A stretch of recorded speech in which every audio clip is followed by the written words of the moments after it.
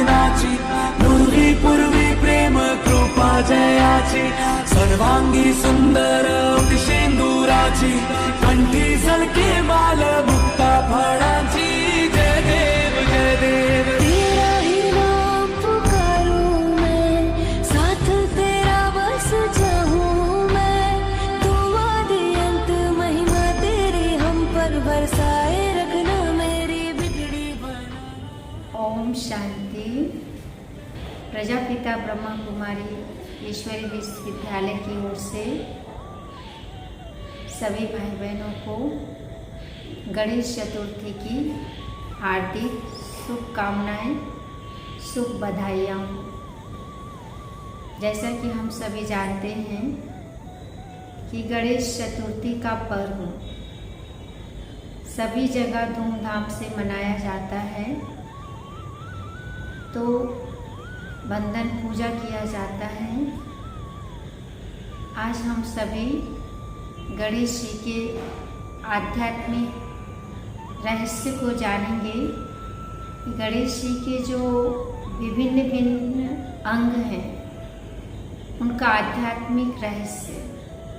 जैसे आज हम सभी गणेश जी के सिर का आध्यात्मिक रहस्य जानेंगे. आप सबको पता है कि गणेश जी के बारे में जो प्रचलित कथाएं हैं, कहते हैं कि एक बार शंकर जी तपस्या करके वापस अपने घर आए और जैसे घर आए और गणेश जी को द्वार पर देखा तो शंकर जी कहने लगे कि मुझे अंदर जाना है. गणेश जी ने बहुत मना किया, लेकिन शंकर जी को इतना गुस्सा आया कि गणेश जी का सर ही काट के और वो अंदर चले गए. जैसे अंदर गए, पार्वती जी ने देखा शंकर जी को तो कहा आप अंदर आ गए, आपको गणेश जी ने रोका नहीं.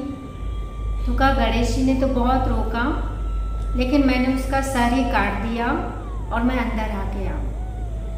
तो पार्वती बहुत आश्चर्यचकित होकर शंकर जी को देखने लगी और कूट कूट कर रोने लगी और कहा आपने ये क्या किया, अपने बच्चे का ही सर काट दिया. तो शंकर जी ने पार्वती जी को वरदान दिया, ठीक है, कल सुबह सबसे पहले जो आएगा उसका सर काट के गणेश जी के सर में छोड़ देंगे और गणेश जी को जीवदान मिल जाएगा. वैसे ही हुआ. सुबह हुआ और सबसे पहले हाथी आया. तो शंकर जी ने हाथी का सर काट के गणेश जी के सर पर लगा दिया और गणेश जी को जीवदान मिल गया.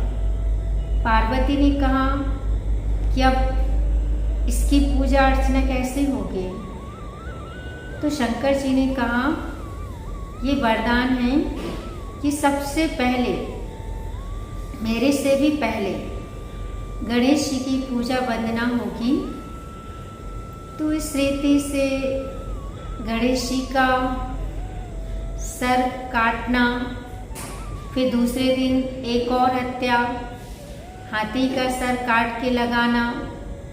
तो वास्तव में इसका आध्यात्मिक रहस्य है कि एक और कथा कहते हैं कि गणेश जी का जो जन्म है पार्वती के कान के मैल से हुआ.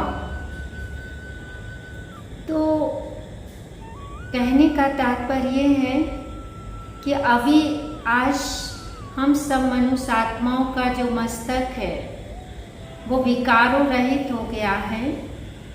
तो ऐसे विकारों रहित मस्तक को स्वयं निराकार परमात्मा शिव आकर प्रजापिता ब्रह्मा के माध्यम से हमारे मस्तक को जो विकारों से भरपूर हो गया है उसको काट कर और हमारे मस्तक को विशाल, जो कि गणेश जी का प्रतीक है, विशाल मस्तक, तो परमात्मा कर आत्मा और परमात्मा का स्पष्ट ज्ञान देकर सृष्टि के आदि मध्य अंत का ज्ञान देकर विशाल बुद्धि बनाते, उसी का प्रतीक विशाल मस्तक है। क्योंकि कहा जाता है सभी प्राणियों में सबसे विशाल मस्तक जो है वो हाथी का है। और कहा जाता हाथी की स्मृति भी बहुत तेज होती है। और कहावत है कि कहते हैं कि हाथी जिस गली मोहल्ले से गुजर जाए तो बंदर घूरता रहे, कुत्ते भौंकते रहे, पर वो अपनी मस्तानी चाल में मस्त रहता। ये भी एक विशाल सिर का प्रतीक है कि वो छोटी छोटी बातों में प्रभावित नहीं होता। और ज्ञानवान बुद्धिमान मनुष्य की पहचान है कि वो छोटी छोटी बातों में प्रभावित नहीं होता है। इसलिए अंग्रेजी में कहावत है as wise elephant and as faithful as an elephant. ओम शांति।